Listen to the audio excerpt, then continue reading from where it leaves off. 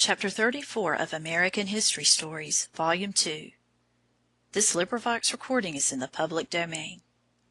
American History Stories, Volume 2, by Mara L. Pratt. Chapter 34.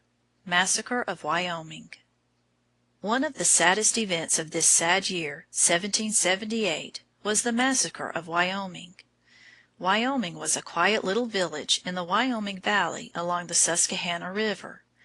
These Wyoming settlers were very loyal people. Hardly a family among them but had sent a dear father or son to the army. All around them were the Tories, who looked upon this peaceful little village with fierce hate.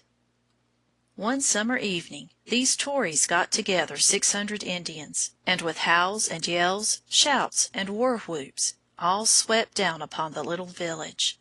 The women and children, frightened, hurried within the walls of 4040, the only stronghold they owned.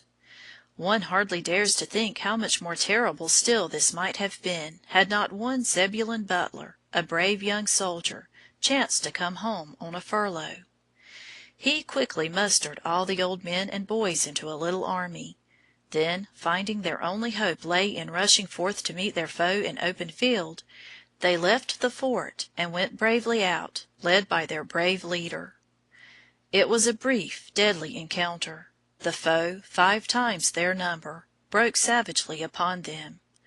When at last the little band gave way, the Indians and the Tories, one hardly less bloodthirsty than the other, pursued them with unrelenting fury. There is no more brutal picture in all history than this massacre of the peaceful, loyal people of Wyoming. A description of it, even, is too horrible for children's ears.